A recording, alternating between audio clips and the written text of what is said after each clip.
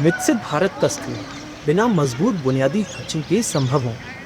Rail, सड़क, infrastructure के क्षेत्र में हर जगह विकसित भारत की नींव रखी जा रही और इस नींव पर तैयार करेंगे इमारत आज के युवा। और इसी मिशन के केंद्र में है गुजरात का गति शक्ति विश्वविद्यालय। और हमारे साथ इस समय मौजूद है गति शक्ति विश्वविद्यालय के कुलपति प्रोफेसर मनोज चौधरी। सर, स्वागत है आपका संसद टीवी पर। नमस्ते नविक्रम जी, आपका बहुत बहुत। सर, सबसे पहले तो मैं आपसे समझना चाहूँगा, क्या सोच थी जब गति शक्ति विश्वविद्यालय की परिकल्पना तैयार की गई और क्या इरादा था, क्या मोटिव था आने वाले 10 सालों के लिए? जैसा कि हम सबको पता है, जैसा आपने अभी अभी बताया अभी कि विकसित भारत की तरफ बढ़ते हुए हमारे कदम, हमारी रेल, हमारी सड़कें, हमारे विमान क्षेत्र की तरफ से होते हुए ही आगे बढ़ेंगे। तो जब पूरे ट्रांसपोर्टेशन सेक्टर में इतना ज़्यादा डेवलपमेंट हो रहा है और आगे आने वाले सालों में ट्रांसपोर्टेशन लॉजिस्टिक्स पर फोकस विकसित भारत का एक मजबूत आधार स्तंभ है, तो उस समय हमको ये भी देखना होगा कि एक तरफ भारत में 1200 विश्वविद्यालय हैं, करीबन 23 IITs हैं, 22 IIM हैं, 32 NIT है। वो सब अपनी अपनी जगह अच्छा काम कर रहे हैं, पर इनमें से कोई भी सेक्टर स्पेसिफिक यूनिवर्सिटी नहीं है जो पूरे ट्रांसपोर्टेशन और लॉजिस्टिक सेक्टर को आगे बढ़ा सके। उदाहरण के तौर पर अगर रेलवे इंजीनियरिंग में ही हम देखें तो कितना ज़्यादा काम इस समय भारत में रेलवे इंजीनियरिंग में चल रहा है, पर सिर्फ रेलवे इंजीनियरिंग को फोकस करता हुआ भारत में कोई भी विश्वविद्यालय नहीं है जो इसमें बैचलर्स, मास्टर, डॉक्टरल लेवल का रिसर्च भी करे और इसके अलावा ऑफिसर्स का ट्रेनिंग भी करे। इसी तरह ट्रांसपोर्टेशन के सारे मैकेनिज्म, रेलवेज़ हों, हाईवेज़ हों, पोर्ट सेक्टर या एविएशन सेक्टर, ये अपने आप में इंडिविजुअली तो प्रोग्रेस कर ही रहे हैं। इसके अलावा एक और हमको बहुत ज़रूरी चीज़ जो सोचनी है कि ये आपस में समन्वय बिठाकर किस तरह मल्टी मॉडल ट्रांसपोर्टेशन और लॉजिस्टिक्स के तरीके से आगे बढ़े। उसके लिए 3 मुख्य चीज़ें भारत में किया गया। सबसे पहले 13 अक्टूबर 2021 को PM गति शक्ति नेशनल मास्टर प्लान लॉन्च किया गया, जो GIS टेक्नोलॉजी आधारित प्रोजेक्ट प्लानिंग के लिए बहुत ही एक आधारभूत ढांचा है। दूसरा, नेशनल लॉजिस्टिक्स पॉलिसी जो सितंबर 2022 में लॉन्च किया गया, जिसमें टेक्नोलॉजी का इस्तेमाल करते हुए किस तरह हम लॉजिस्टिक्स एफिशिएंसी को भारत में बढ़ाएं। जब हम PM गति शक्ति और नेशनल लॉजिस्टिक्स पॉलिसी की बात करते हैं तो ये अपने आप में स्वतंत्र भारत का सबसे बड़ा नेशनल मास्टर प्लान है। करीबन 110 लाख करोड़ का जो इसमें इन्वेस्टमेंट प्लान किया गया है। तो इसके लिए हमको सुपीरियर टैलेंटेड मानव संसाधन, टैलेंटेड मैन पावर चाहिए जो इन सारे सेक्टर्स को आगे बढ़ा पाए। इसके लिए गति शक्ति विश्वविद्यालय की भारत के संसद द्वारा अगस्त 2022 में विधेयक पास किया गया, एक्ट पास हुआ और 6 दिसंबर 2022 को गति शक्ति विश्वविद्यालय का ऑपरेशनलाइजेशन हुआ। सर, जैसा कि आपने बताया कि हाईली स्पेशलाइज्ड जो प्रोफेशनल्स हैं, हाँ, वो यहाँ से निकल रहे हैं, हाँ। तो मैं समझना चाहूँगा जो बीते 3 वर्षों का, क्योंकि अब 3 वर्ष हो चुके हैं विश्वविद्यालय को, 3 वर्षों का अनुभव कैसा रहा? और जो सबसे ज़्यादा अगर चूँकि हमें जानकारी मिली कि इंडस्ट्री लिंक बहुत बेहतर हुए उनके, उसके बारे में भी आपसे समझना चाहेंगे विशेष तौर पर। 21वीं शताब्दी का भारत 20वीं शताब्दी के मानसिकता से बहुत आगे निकल चुका है। जब 21वीं शताब्दी में हमें एक नया विश्वविद्यालय बनाने का मौका मिला और इस परिप्रेक्ष्य में हमको ये भी समझना होगा कि नेशनल एजुकेशन पॉलिसी 2020 जो शिक्षा के क्षेत्र में एक आमूलचूल परिवर्तन पूरे भारत में ला रही है, उसके क्रियान्वयन के बाद भारत में स्थापित होने वाला पहला केंद्रीय विश्वविद्यालय गति शक्ति विश्वविद्यालय था। तो राष्ट्रीय शिक्षा नीति के महत्वपूर्ण पहलुओं को ध्यान में रखकर कि किस तरह हम लोग एम्प्लॉयमेंट ओरिएंटेड करिकुलम बनाएं, किस तरह हम लोग मल्टीडिसिप्लिनरी हमारे प्रोग्राम हों जो प्रॉब्लम सॉल्विंग पे फोकस करें, हमारे ग्रेजुएट्स ऐसे हों जो लर्निंग बेस्ड आउटकम पे ध्यान रखें। तो हमने यूनिवर्सिटी का विज़न जो बनाया वो 2 शब्दों में बनाया कि 21वीं शताब्दी की चुनौतियाँ इनोवेशन चाहती है। 21वीं शताब्दी के हमारे जो काम हैं वो इंडस्ट्री से लिंक होने चाहिए। तो हमारा विज़न यूनिवर्सिटी का है innovation led and industry driven university. इसका मतलब हुआ कि विज़न का मतलब होता है कि जो हर दिन हर पल हमारा हर स्टेप उस डायरेक्शन को अचीव करने के लिए हो। तो जब यूनिवर्सिटी का विज़न है innovation led and industry driven university, तो हमारा यूनिवर्सिटी में हर चीज़ हम इन दो विज़न के वर्ड्स के साथ आगे बढ़ते हैं। जैसे अगर हम बोले इंडस्ट्री ड्रिवन, तो इसका मतलब क्या हुआ? इसका मतलब हुआ कि हम जो पाठ्यक्रम यहाँ पे बनाएं, जो हमारे बच्चे पढ़ें, वो इंडस्ट्री की ज़रूरत के हिसाब से हों। इंडस्ट्री का ज़रूरत का मतलब ट्रांसपोर्टेशन और लॉजिस्टिक सेक्टर की इंडस्ट्रीज़ जो भी काम करती हैं, हम उनसे पूछें कि आने वाले सालों में वो किस तरह के इंजीनियर मैनेजर हायर करना चाहती हैं, उनमें किस तरह की स्किल्स देखना चाहती हैं। वो स्किल्स हमारी यूनिवर्सिटी का करिकुलम का महत्वपूर्ण हिस्सा हो। तो इस तरह से व्हाट टू टीच हमने इंडस्ट्री के साथ मिलकर बढ़ाया। न सिर्फ इंडस्ट्री से सुझाव मांगे, बल्कि हमने ये सुनिश्चित किया कि हमारे यूनिवर्सिटी की हर एडमिनिस्ट्रेटिव बॉडी, भले बोर्ड ऑफ स्टडीज़ हो, भले एकेडमिक काउंसिल हो, एग्जीक्यूटिव काउंसिल हो, कोर्ट हो, हर एक में इंडस्ट्री का कम से कम 33% हिस्सेदारी हर बॉडी में फॉर्मली है। तो व्हाट टू टीच वो है, वो इंडस्ट्री तय करती है। हु विल टीच, इसमें थ्योरेटिकल कोर्सेज हमारे रेगुलर फैकल्टी मेंबर जो एक्सपर्ट है वो करते हैं, पर इसके अलावा हम लोग सेक्टर के एक्सपर्ट्स को बहुत ज़्यादा फोकस करते हैं नेशनल एजुकेशन पॉलिसी के हिसाब से, ताकि जैसे रेलवे का उदाहरण थे, तो रेलवे, भारतीय रेलवे में इस समय 12 लाख एम्प्लॉई हैं, करीबन 20,000 ऑफिसर हैं। बहुत ही बेहतरीन इंजीनियरिंग का नमूना भारतीय रेलवे के लोग करते हैं। तो उनका इतने सालों में अर्जित किया हुआ अनुभव और एक्सपर्टीज़ किस तरह से हम यहाँ के स्टूडेंट्स को पढ़ाने में उपयोग ला सकते हैं। तो रेलवे के काफ़ी सारे विशेषज्ञ इस समय railway engineering, railway track technology, bridge engineering, इस तरह के टॉपिक्स हमारे यहाँ पढ़ा रहे हैं। इसी तरीके से एविएशन इंजीनियरिंग में भले इंडियन एयरफोर्स के लोग हों, एक्सपर्ट्स हों, भले एविएशन सेक्टर के लोग हों, तो हमने ये काफ़ी फोकस किया कि इंडस्ट्री ओरिएंटेड करिकुलम तो बनाना एक चीज़ है, उस करिकुलम को डिलीवर करना, उसके लिए इंडस्ट्री की भागीदारी हो। तीसरी चीज़ आती है कि बच्चे मान लो क्लास में पढ़ें, तो उन बच्चों को प्रैक्टिकल ट्रेनिंग कैसे हो। तो इस यूनिवर्सिटी में हमने ये सुनिश्चित किया कि सारे बच्चों का जो समर ट्रेनिंग इंटर्नशिप होता है वो यूनिवर्सिटी खुद उपलब्ध कराती है। तो इससे हम लोग एक तरह से सारे बच्चों को इन इंडस्ट्रीज़ में जिसके लिए यूनिवर्सिटी बनी है, जैसे रेलवेज़ हो, एविएशन हो, मैरीटाइम हो, लॉजिस्टिक्स में, उस तरह की हम उनकी इंटर्नशिप सुनिश्चित कर सकें। इसी का परिणाम है, जैसा कि आपने बताया कि हमको अभी 3 साल पूरे होने वाले हैं, या अभी थोड़े ही दिन पहले जब हमारा दीक्षांत समारोह हुआ तो उसमें 194 स्टूडेंट्स पास हुए, उसमें 91% प्लेसमेंट रहा। और सबसे महत्वपूर्ण बात है कि सारे बच्चे हमारे इन सेक्टर में गए जिन सेक्टर में के लिए यूनिवर्सिटी ने उनको पढ़ाया है ना, जैसे रेलवे के सेक्टर्स हों। तो ये एक अपने आप में बहुत ही महत्वपूर्ण बात है कि बच्चे जो पढ़ें, जिसके ऊपर में भारत सरकार निवेश कर रही है, उस क्षेत्र को मजबूत करने के लिए बच्चों का रोजगार हो। तो इंडस्ट्री ओरिएंटेड हमने इस तरीके, इनोवेशन लेड वाले एस्पेक्ट में हम लोगों ने हमारे पीएचडी एरियाज़ में वो टॉपिक्स चुने जो आज के समय प्रैक्टिकल प्रॉब्लम्स हैं, भले रेलवे की हो, भले लॉजिस्टिक सेक्टर की हो। उसी का उदाहरण है कि सिर्फ 3 सालों में ही 11 पेटेंट यूनिवर्सिटी से ग्रांट हो चुके हैं। उसी फोकस का उदाहरण है कि हमारे प्रोफेसर डॉक्टर वी चिंटाला जी है, उनको भारत की राष्ट्रपति महोदया ने इस साल न्यू टेक्नोलॉजी डेवलपमेंट में भारत के अंदर में सम्मानित किया।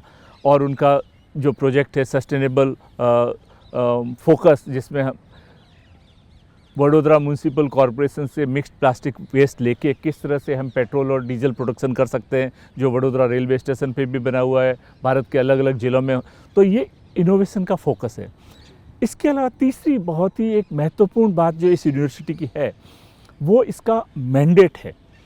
इस यूनिवर्सिटी का मैंडेट में ही है कि हम लोग regular academic programme, bachelor level, master level, doctor level, जो ट्रांसपोर्टेशन और लॉजिस्टिक सेक्टर में करेंगे, इसके अलावा हम लोग बहुत ज़्यादा फोकस एग्जीक्यूटिव ट्रेनिंग पे भी करेंगे।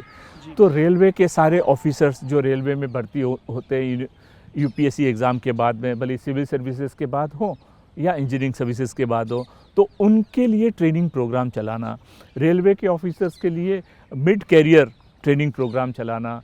इसके अलावा लॉजिस्टिक और सप्लाई चेन के अंदर में भारत की तीनों defence forces, Indian army, Indian air force, Indian navy के लिए रेगुलर बेसिस पे लॉजिस्टिक्स और सप्लाई चेन में ट्रेनिंग प्रोग्राम चलाना। इसके अलावा भारत के मित्र देशों के लिए मुझे इस बात बताते बड़ी खुशी हो रही है कि सिर्फ इसी साल में करीबन 45 देशों के 250 ऑफिसर यहाँ पे ट्रेनिंग करके गए। तो इस तरीके से ऑफिसर्स का ट्रेनिंग कराना, प्रैक्टिकल प्रॉब्लम्स पे फोकस करना, इंडस्ट्री के साथ मिलकर काम करना अपने आप में इस विश्वविद्यालय को एक अनूठी विशेषता प्रदान करता है। बिल्कुल, जैसा कि सर आपने कहा 3 साल में एक बहुत छोटा वक्त है किसी विश्वविद्यालय के लिए, लेकिन उपलब्धियों की अगर फहरिस्त देखेंगे तो बड़ी लंबी फहरिस्त है। एक बहुत अनूठी और विशेष पहल के बारे में आपसे जानना चाहूँगा, क्योंकि आपने कहा कि 90% से ज़्यादा प्लेसमेंट हुआ है, लेकिन प्लेसमेंट से इतर एक और कि गति शक्ति विश्वविद्यालय के अलावा भी कई जो इंडस्ट्री हैं वो स्टूडेंट्स की का पूरा खर्चा, हॉस्टल का, ट्यूशन फीस का, ये उठाती हैं। इस पहल के बारे में थोड़ा सा विस्तार में आपसे समझना चाहेंगे। ये गति शक्ति विश्वविद्यालय के इंडस्ट्री ओरिएंटेड अप्रोच का एक सजीव उदाहरण है कि जब ये सारी इंडस्ट्रीज़, ये सिर्फ गति शक्ति विश्वविद्यालय को सुझाव नहीं देती है, ये गति शक्ति विश्वविद्यालय की हर क्रिया में सक्रिय भागीदारी निभाती है। जैसा कि मैंने बताया, करिकुलम को डिफ़ाइन करने में पूरा हेल्प करना, जैसे मैंने बताया कि करिकुलम को पढ़ाने में इनके विशेषज्ञ आके यहाँ पे पढ़ाते हैं, समर इंटर्नशिप में। इसी तरीके से इस वक्त मुझे बताती हुई बड़ी खुशी हो रही है कि गति शक्ति विश्वविद्यालय अपने खुद के आय स्रोत से करीबन 20% उन बच्चों को जो मेरिटोरियस हैं और आर्थिक रूप से ज़रूरतमंद भी, उनको हम लोग अपने आय स्रोत से फाइनेंशियल असिस्टेंशिप देते हैं, जो हम एक से यूनिवर्सिटी की तरफ से हमारी सामाजिक जिम्मेदारी को हम निभाते हैं। इसके अलावा उद्योग 89 स्टूडेंट्स करंटली हैं जो इंडस्ट्रीज़ के द्वारा फुली सपोर्टेड है। मेरे ख्याल से भारत के किसी भी विश्वविद्यालय, किसी भी आईआईटी, एनआईटी या आईएम में इतने बड़े नंबर पर इंडस्ट्री के द्वारा स्टूडेंट को डायरेक्टली सपोर्ट किए जाना। उदाहरण के तौर पर एयरबस इस समय 45 बच्चों को हमारे पूरे प्रोग्राम के लिए उनका ट्यूशन फ़ीस और हॉस्टल फ़ीस पूरा खर्चा एयरबस वहन करता है। इसी तरीके से सीमेंस का फोकस है कि हम किस तरह से गर्ल्स को इनकरेज करें ट्रांसपोर्टेशन सेक्टर में। प्लासर इंडिया का फोकस है किस तरह स्टूडेंट्स को सपोर्ट करें। तो 10 बच्चों को प्लासर इंडिया कर रहा है, 20 बच्चों को सेंट्रल वेयर हाउसिंग कॉरपोरेशन कर रहा है। तो ये अपने आप में इंडस्ट्रीज़ का, मैं तो यही कहूँगा कि इंडस्ट्रीज़ का प्रोएक्टिव पार्टिसिपेशन है भारत के आने वाले ट्रांसपोर्ट और लॉजिस्टिक्स सेक्टर में स्पेशलिस्ट क्रिएट करने के लिए उनकी खुद की सक्रिय भूमिका का एक जीता जागता उदाहरण। और इसके लिए मैं उनको बहुत बहुत धन्यवाद देना चाहूँगा। और अभी और भी इंडस्ट्रीज़ काफ़ी सारी हैं जो हमसे जुड़ना चाहती हैं, जो अपने CSR स्कीम का अच्छा इस्तेमाल करना चाहती हैं, जो भारत के लिए और भारत के युवा और ज़रूरतमंद बच्चों को इस तरह से सपोर्ट करने के लिए कर रहे हैं। जी सर, जैसा कि आपने बताया, लेकिन गति शक्ति जो अभियान का शैक्षणिक आधार एक तरह से कहें तो वो यूनिवर्सिटी में तैयार हो रहा है, लेकिन मैं आपसे जो स्टूडेंट्स वेलफेयर से जुड़े हुए कुछ बात समझना चाहूँगा कि स्टूडेंट्स वेलफेयर के लिए किस तरीके से क्या नए कदम उठाए जा रहे हैं, ताकि जो स्टूडेंट्स आ रहे हैं first year, second year, third year, जो यहाँ से प्लेस्ड भी हो रहे हैं, उनको किस तरीके की असिस्टेंस? हमारे स्टूडेंट जो आ रहे हैं, हम लोग हमारे स्टूडेंट्स जो यहाँ पे आते हैं वो हमारी यूनिवर्सिटी की कल्चर बिल्डिंग का बहुत ही महत्वपूर्ण हिस्सा है। तो ये स्टूडेंट यूनिवर्सिटी की हर क्रिया में भागीदारी है। यूनिवर्सिटी की हाईएस्ट बॉडीज़ में स्टूडेंट रिप्रेजेंटेशन है। जैसे मैं बताऊं तो यूनिवर्सिटी की हाईएस्ट बॉडी होती है द कोर्ट, जो हमारे माननीय रेल मंत्री जो चांसलर है यूनिवर्सिटी के, उसके अंदर में भी स्टूडेंट रिप्रेजेंटेशन है।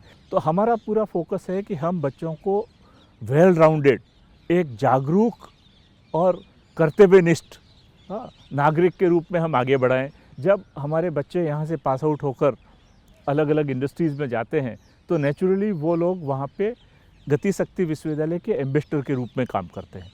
उनका किया हुआ काम गति शक्ति विश्वविद्यालय की रेपुटेशन को और आगे बढ़ाएगा। और मुझे पूरी उम्मीद है कि आने वाले 20 सालों के बाद में अगर आप ट्रांसपोर्टेशन और लॉजिस्टिक सेक्टर आप देखेंगे तो मेरे ख्याल से हर जगह CEO MD गति शक्ति विश्वविद्यालय के छात्र ही होंगे। तो एक तरह से हमारे बच्चों की ये जो सक्रिय भागीदारी है ये अपने आप में एक बहुत महत्वपूर्ण है। बिल्कुल सर, जैसा कि आपने कहा कि आने वाले वर्षों में आपने विज़न बताया और उस विज़न को थोड़ा सा और विस्तार में समझना चाहेंगे कि क्या ये विश्वविद्यालय आने वाले वर्षों में हम देखते हैं कि ग्लोबल सेंटर एक्सीलेंस का बने, जो कि सेंटर ऑफ एक्सीलेंस हो लेकिन उसकी पहचान एक वैश्विक स्तर पर शीर्ष संस्थान की हो? किसी भी विश्वविद्यालय के कुछ इनिशियल जर्नी होती है, जैसा कि आपने 3 साल में बताया। हम लोग सिर्फ इस बात में खुश नहीं हैं कि हम भारत के अकेले विश्वविद्यालय हैं जो ट्रांसपोर्टेशन लॉजिस्टिक्स सेक्टर में हैं। वो आज की स्थिति है, पर हमारा ये दायित्व है कि हम भारत का बेस्ट यूनिवर्सिटी बने और ग्लोबल लेवल पर अपनी एक विशिष्ट पहचान छोड़ें। ये कैसे संभव है? ये संभव है जब हमारे स्टूडेंट यहाँ से निकले, वो एक वैश्विक तरह की पढ़ाई करके निकले, वो वैश्विक कंपनियों में भी काम करें, उनका रिसर्च वर्ल्ड लेवल पे बड़ा इम्प्रिंट छोड़े, हमारे वैश्विक संस्थानों के साथ में अच्छे कोलैबोरेशंस हों। तो इस दिशा में जब हमने काम आगे बढ़ाया तो अभी मोनाश यूनिवर्सिटी ऑस्ट्रेलिया की है, उनका बहुत इम्पोर्टेंट रेलवे टेक्नोलॉजी का सेंटर है इंस्टीट्यूट ऑफ रेल टेक्नोलॉजी, उनके साथ में हमारा बहुत ही अच्छा कोलैबोरेशन प्रोजेक्ट है। अभी रिसेंटली उनके साथ मिलके हमने रिसर्च के कुछ इम्पोर्टेंट प्रपोजल्स डाले हैं जिसके बारे में आने वाले समय में बताएंगे। सर, चूँकि ये तकनीक है निश्चित तौर पर, लेकिन आने वाली कई ऐसी तकनीक हैं जैसे AI, डेटा एनालिटिक्स की बात करें, मशीन लर्निंग की बात करें, ये सब इंटीग्रेटेड हो आपके इन कोर्सेज में, ये समय समय पर किस तरीके से ध्यान रखा जाता है? ये तो आपको इस जानकर बड़ी खुशी होगी कि गति शक्ति विश्वविद्यालय बनने के पहले ही एकेडमिक साल में गति शक्ति विश्वविद्यालय ने समय की मांग के अनुरूप एक बीटेक प्रोग्राम की शुरुआत किया, B Tech in artificial intelligence and data science, जो 2023 पहले ही एकेडमिक साल से शुरू हो गया। और वो फोकस करता है ट्रांसपोर्टेशन एंड लॉजिस्टिक सेक्टर पर, किस तरह से ऑप्टिमाइज रूट प्लानिंग हो, किस तरह हमारे प्रेडिक्टिव एसेट मेंटेनेंस हो, कंडीशन बेस्ड मॉनिटरिंग पे हम फोकस करें, किस तरह से हम लोग हमारा डिमांड प्रोजेक्शन उसके बेसिस पे हो। तो पूरे सेक्टर में artificial intelligence, machine learning, internet of things के थ्रू हम स्मार्ट फैक्ट्री ऑटोमेशन, किस तरह से हम अपना प्रोडक्शन यूनिट्स को बेहतर बनाएं, तो ये सब तरीके का काफ़ी हम लोग उसमें फोकस कर रहे हैं। तो एक डेडिकेटेड प्रोग्राम आर्टिफिशियल इंटेलिजेंस और डेटा साइंस पर पहले से ही चल रहा है और बहुत सारे एग्जीक्यूटिव ट्रेनिंग प्रोग्राम इस समय जैसे हो रहे हैं। अभी मैं एक उदाहरण दूं तो पिछले ही महीने हमने एक डेडिकेटेड प्रोग्राम किया, use of artificial intelligence for logistics in Indian air force. हाँ, इसी तरह हम आर्टिफिशियल इंटेलिजेंस के रिलेटेड कोर्सेज, हर कोर्स जो हमारा चल रहा है उसके अंदर में आर्टिफिशियल इंटेलिजेंस का यूसेज है। सर, एक आखिरी सवाल आपसे समझना चाहूँगा। वर्ल्ड इकोनॉमिक फोरम की एक रिपोर्ट के मुताबिक एक मॉडल उसने कहा गति शक्ति विश्वविद्यालय को, जो कि एकेडमिक और इंडस्ट्री का कोलैबोरेशन है।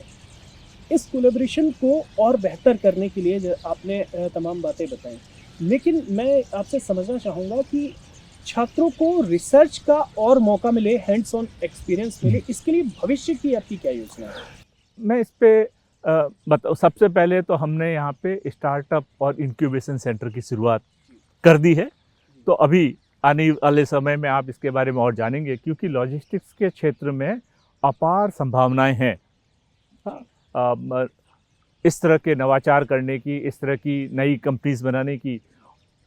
और चूंकि भारत स्टार्टअप इंडिया मिशन के थ्रू, स्किल इंडिया मिशन के थ्रू धीरे धीरे जॉब सीकर्स के बजाय जॉब क्रिएटर्स का देश बनता जा रहा है, तो ट्रांसपोर्टेशन और लॉजिस्टिक्स के सेक्टर में यहाँ पर स्टार्टअप और इंक्यूबेशन सेंटर के एक्टिव सपोर्ट से चीज़ें होगी। दूसरा, पिछले 3 सालों में अगर हम देखें तो गति शक्ति विश्वविद्यालय के प्रोग्रेस में सबसे महत्वपूर्ण योगदान छात्रों का भी है, हमारे फैकल्टी मेंबर का भी है, इससे भी कहीं बढ़कर जो है वो स्टेक होल्डर्स का सपोर्ट है। हमारे माननीय प्रधानमंत्री जी ने न सिर्फ पीएम गति शक्ति नेशनल मास्टर प्लान और गति शक्ति विश्वविद्यालय की परिकल्पना की और उसे बनाया, बल्कि समय समय पर उनके द्वारा सार्वजनिक मंच पर, भली संसद में हो या कोई वंदे भारत के उद्घाटन के समय पे हो या बड़ोदरा के अंदर में जो C-295 एयरक्राफ्ट की फैसिलिटी को, उन्होंने समय समय पर गति शक्ति विश्वविद्यालय से उनकी एक्सपेक्टेशंस को क्लैरिफाई किया और ये बताया कि किस तरह गति शक्ति विश्वविद्यालय से वो उम्मीद करते हैं कि किस तरह गति शक्ति विश्वविद्यालय कंट्रीब्यूशन करें। हमारे कुलाधिपति और माननीय रेल मंत्री जी ने गति शक्ति विश्वविद्यालय का जिस सक्रिय तरीके से मार्गदर्शन किया, अलग अलग फोरम पर हमको समय समय पर उनका मार्गदर्शन का बहुत फ़ायदा मिला कि किस तरह हम लोग अपने पाठ्यक्रमों को ऐसे बनाएं जो राष्ट्रीय विकास के अंदर में अपनी सीधी और डायरेक्ट भूमिका निभा पाएँ। उनका सहयोग इस समय ministry of civil aviation, ministry of railways, ministry of defence, ministry of commerce और industry, ministry of skill development और entrepreneurship, ministry of port shipping waterways, ministry of road transport and highways, सारी इंफ्रास्ट्रक्चर मिनिस्ट्रीज़ का direct support जो गति शक्ति विश्वविद्यालय को मिल रहा है, जो मार्गदर्शन मिल रहा है, वो प्रमुख कारण है इंडस्ट्री सपोर्ट के अलावा, जिससे गति शक्ति विश्वविद्यालय पिछले 3 सालों में काफ़ी आगे बढ़ा है। पर मैं अभी भी मानता हूँ कि ये शुरुआती साल तो एक तरह से नींव की वो ईंट है जिसके बल पर हम गति शक्ति विश्वविद्यालय को एक दुनिया के बेहतरीन विश्वविद्यालय में के रूप में हम आगे बढ़ा सकते हैं। आपने रिसर्च की बात की, रिसर्च के अंदर में बहुत ज़रूरी होता है कि हम लोग वो रिसर्च करें जो मानवता के लिए सीधी काम आए। तो हमने हमारे 40 PhD स्टूडेंट और एमटेक स्टूडेंट इस समय वो रिसर्च प्रॉब्लम चुन रहे हैं जो हमने फील्ड से इकट्ठी किया है कि इस समय रेलवे के क्षेत्र में किस तरह की चीज़ों की, जैसे व्हीकल ट्रैक इंटरेक्शन में क्या ज़रूरत है, लाइट वेट वैगन बनाना है उसके लिए हमको क्या चाहिए, हम लोग नई तरह की ब्रेकिंग सिस्टम के लिए क्या करें। तो हमने उस तरीके के प्रॉब्लम्स को चुना है जिनका सॉल्यूशन अगर हम कर पाए और उसको डिप्लॉय कर पाए तो वो राष्ट्रीय विकास में सक्रिय रूप से एक सहयोग कर पाएँ। तो हमारी रिसर्च ऐसी हो जो मानवता को सकारात्मक रूप से, सीधे रूप से सहयोग और उनके जीवन को उत्थान कर पाए, ये हम हमारी रिसर्च का एंड गोल मानते हैं। सर, आपसे समझना चाहेंगे, देश में अगर हम पूरब से पश्चिम तक, उत्तर से दक्षिण तक बात करें तो बड़ी बड़ी निर्माण परियोजनाएं चल रही हैं, हम उसका प्रभाव कैसे देखें? और आपसे समझना चाहेंगे इनका जो गति शक्ति विश्वविद्यालय है उसका प्रभाव धरातल पर किस तरीके से दिख रहा है? पीएम गति शक्ति नेशनल मास्टर प्लान जो 4 साल पहले लॉन्च हुआ, सिर्फ 4 ही साल में इसका सकारात्मक प्रभाव भारत की सारी नेशनल प्रोजेक्ट्स पे दिखने लगा है।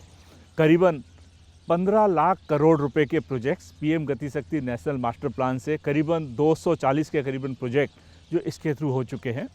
अगर हम रिपोर्ट देखें तो हमारे प्रोजेक्ट्स तय समय पर पूरे होने लगे हैं, हमारे प्रोजेक्ट जो तय कॉस्ट में पूरे होने लगे हैं।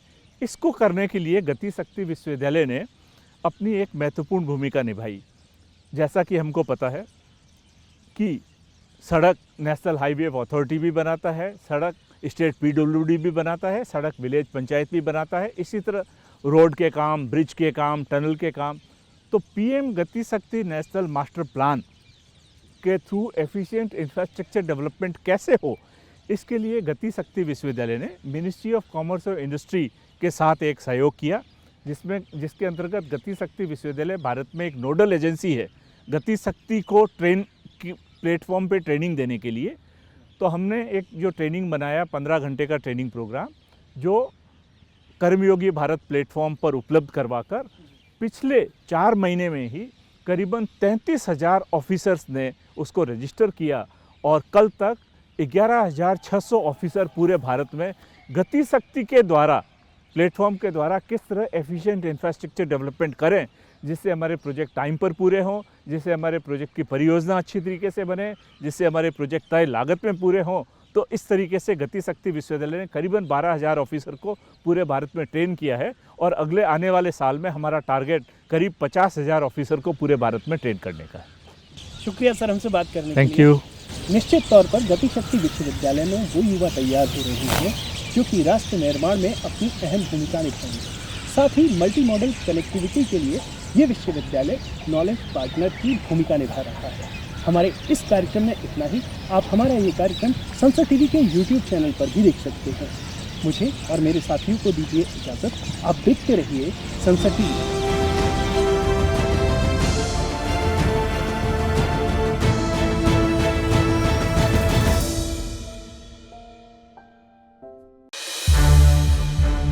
संसद टीवी के और भी प्रोग्राम्स देखने के लिए सब्सक्राइब करें हमारा यूट्यूब चैनल और हाँ, इन्हें लाइक और शेयर करना ना भूलें।